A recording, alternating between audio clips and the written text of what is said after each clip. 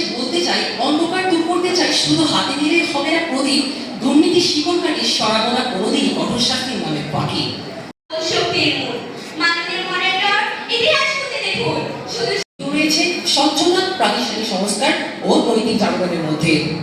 মাননীয় মডারেটর, সমাজের ক্ষতি করে থাকে, কখনো তা প্রকাশিত হয়, কখনো তা মাননীয় মডারেটর, শুধু শিক্ষা দ্বারা দুর্নীতিবাজকে দুর্নীতি করতে গেলে যেন দুর্নীতিবাজের কঠোর শাস্তির কথা মনে পড়ে।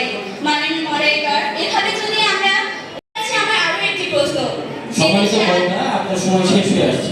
যে দেশে আইন আছে কিন্তু শাস্তি নেই, সেখানে আইন থাকারই বা দরকার কি? থামাতে প্রতিপক্ষ দলের কাছে আমার প্রশ্ন, দুর্নীতিবাজকে বছরের পর বছর ভোগে আর অপরাধীরা মুক্তভাবে ঘুরে বেড়ায়। সকল বিসিএসের প্রশ্ন ফাঁস করেছিলেন মোটা অঙ্কের টাকার বিনিময়ে, যা তাদের স্বপ্ন। মাননীয় মডারেটর, শুধু আবেদনই নয়, তার মতো হাজার হয়, তাহলে সে শুধরাবে কিভাবে?